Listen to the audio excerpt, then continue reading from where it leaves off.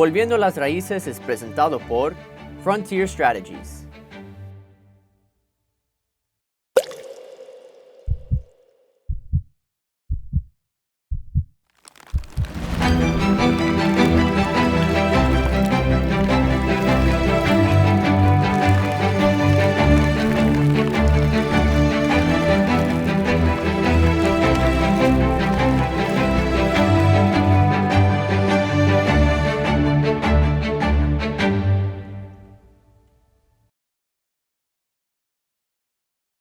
Queridos hermanos y hermanas, en el episodio de hoy vamos a reflexionar juntos sobre la presencia de la Eucaristía en el Antiguo Testamento. Porque en el Antiguo Testamento encontramos muchas prefiguraciones de la Santísima Eucaristía, mucha tipología sobre la Eucaristía. Por eso tenemos hoy este episodio dedicado al Antiguo Testamento para entender mejor la Santísima Eucaristía. Vamos a empezar paso a paso para entender bien cómo encontramos la presencia de la Santísima Eucaristía en el Antiguo Testamento. Empezamos con Abel. En el Génesis capítulo 4 encontramos dos hermanos, Abel y Caín. Y el Señor acepta la ofrenda de Abel porque la ofrenda de Abel fue hecha con todo el corazón de Abel, con todo su amor y dedicación. Y entonces Caín lo mató por celos. Después de la matanza de su hermano, la sangre de Abel fue oída desde el cielo. Por esto el Señor, oyendo este grito de la sangre de Abel, Él vio toda la realidad de esta matanza. Por eso, durante la Santa Misa, nosotros recordamos también la ofrenda de Abel en Génesis capítulo 4. En Génesis capítulo 14 encontramos a un rey muy interesante que se llama Melquisedec. Y Melquisedec en hebreo significa el rey de la justicia.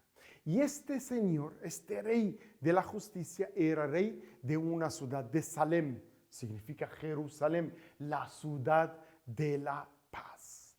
Por eso este rey salió para recibir a Abraham, que estaba regresando de una batalla con uno de estos reyes con los cuales él tuvo muchas batallas. Y cuando regresó victorioso, Melquisedec salió a encontrarlo y a saludarle con dos ofrendas, con el pan y el vino. Y eso también es una prefiguración de la Santísima Eucaristía.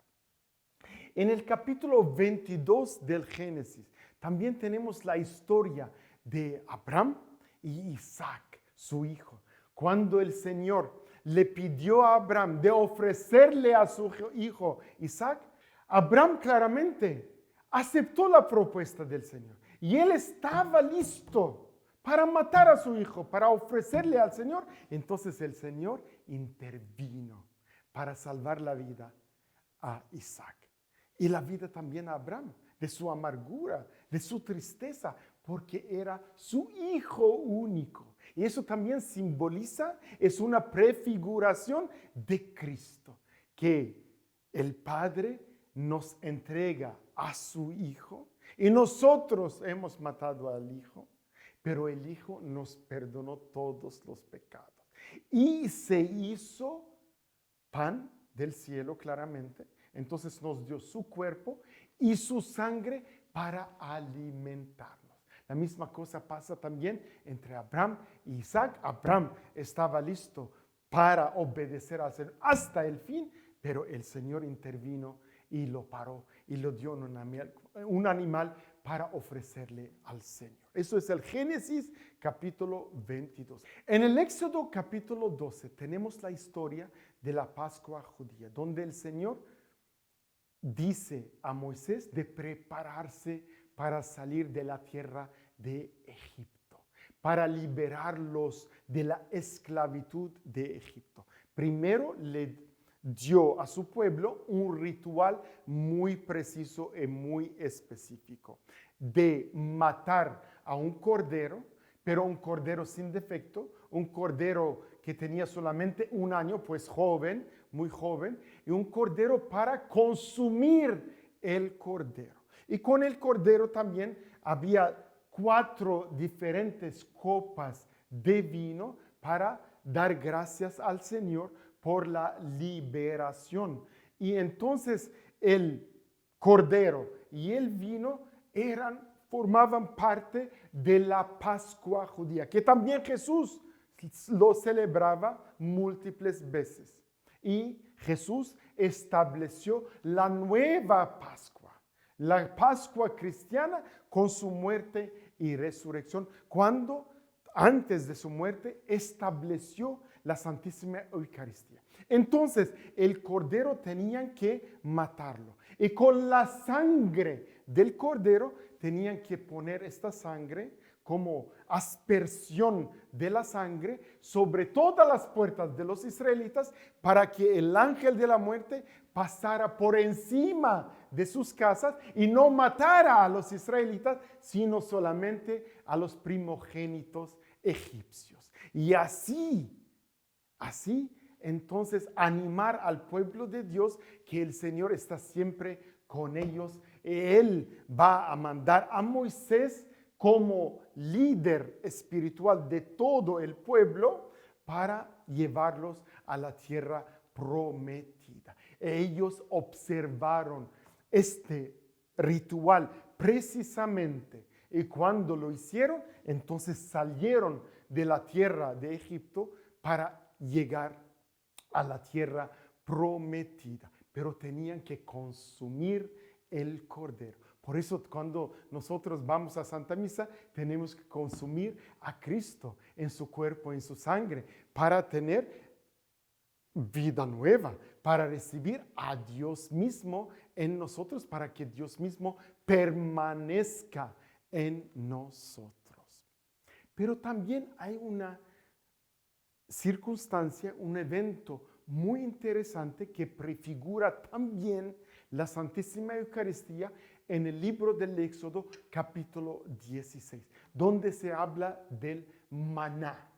El maná era el pan que Dios mismo envió a su pueblo que estaba en peregrinación, porque ellos se quejaron con Moisés que no tenían nada de comer. Entonces empezaron a tener nostalgia de su tiempo en Egipto, de la esclavitud de Egipto. El Señor le había liberado de esta esclavitud y ellos en el desierto empezaron a quejarse que no tenían nada de comer. Entonces Moisés pidió al Señor su ayuda. Entonces el Señor le mandó el maná en la mañana y en la noche le mandó también carne para darle sustento, alimentación durante su peregrinación hasta llegar a la tierra prometida. Claro que el maná no era un pan natural, era un pan del cielo. Por eso en el Salmo 78 se habla del pan de los ángeles, del pan caído del cielo. Y este es el maná que Dios mismo mandó a su pueblo para sustentarlos. Queridos hermanos y hermanas, maná en hebreo es manjú, se llama manjú. Y manjú significa, ¿qué es esto? Entonces, cuando el pueblo de Dios encontraba todos los días este pan del cielo, el maná, ellos preguntaban, ¿qué es esto? Que no entendían que esto no era algo natural, sino era algo sobrenatural. Y Cristo mencionó el maná en su discurso en Capernaum. Claramente, en Juan capítulo 6. De eso hablaremos en otros episodios sobre el Nuevo Testamento. Pero para entender bien que este pan era pan del cielo, era pan de los ángeles, que Dios Todopoderoso mandó a su pueblo para darles alimentación y a diario. Entonces el Señor tan poderoso, tan generoso, tan bondadoso, siempre provee a su pueblo. Por eso, queridos hermanos y hermanas, entonces el pueblo de Dios se alimentó del maná en la mañana y de la carne en la noche. Entonces Cristo nos da su cuerpo, su carne, y nos da el pan que se transforma con la consagración en el cuerpo de Cristo, y también el vino, que también los judíos lo usaban durante la celebración de la Pascua judía. Entonces también Cristo nos dio su sangre con la transubstanciación. Cristo mencionó eso también en la oración del Padre Nuestro. Cuando nos enseñó el Señor de rezar el Padre Nuestro, nos enseñó de pedirle a Dios de darnos pan de cada día, de todos los días. En griego, todos los días, de todos los días es epiousios, que significa no es pan natural o cualquier pan que pedimos al Señor, sino pedimos el pan sobrenatural. Por eso nosotros, católicos, hablamos de la doctrina de la transubstanciación. Epiousios. Este pan no es lo natural, sino es transubstanciado, significa sobrenatural, divino, pan de los ángeles. Queridos hermanos y hermanas, ahora vamos a entrar en un tema que muchos no conocen. Lo encontramos en el Éxodo capítulo 25. Se habla de la ofrenda que se ponía sobre una mesa especial en el tabernáculo. Y esta ofrenda, claro, que puede llamarse la ofrenda de la presencia, o el pan de la presencia, o la ofrenda preparada, los panes preparados para los sacerdotes, que tenían que consumir estos panes todos los sábados. Y eran 12. Porque según las tribus de Israel, que eran 12, entonces este pan correspondía a cada tribu un pan.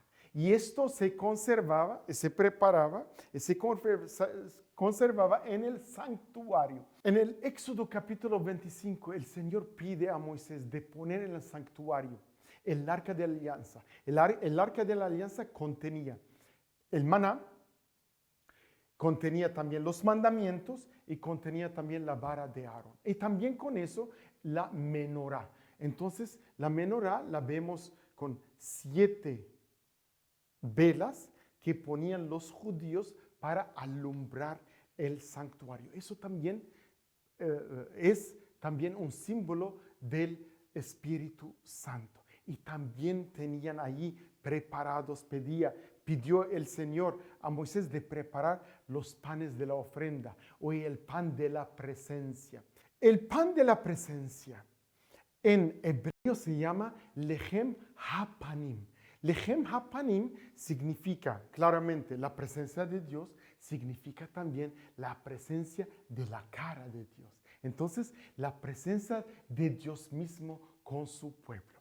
El sumo sacerdote cargaba el pan de la presencia, Lechem Hapanim, y salía con el pan de la presencia para bendecir a todo el pueblo diciendo, este es el amor de Dios. Entonces el amor de Dios estaba dentro de estos panes preparados para los sacerdotes. Cristo se transforma para nosotros en alimentación. Nos da su cuerpo y nos da su sangre para prepararnos para la vida eterna. Lean por favor todos esos textos que he mencionado hoy para entender bien todos los detalles y para entender que la Santísima Eucaristía está prefigurada en el Antiguo Testamento. Amén.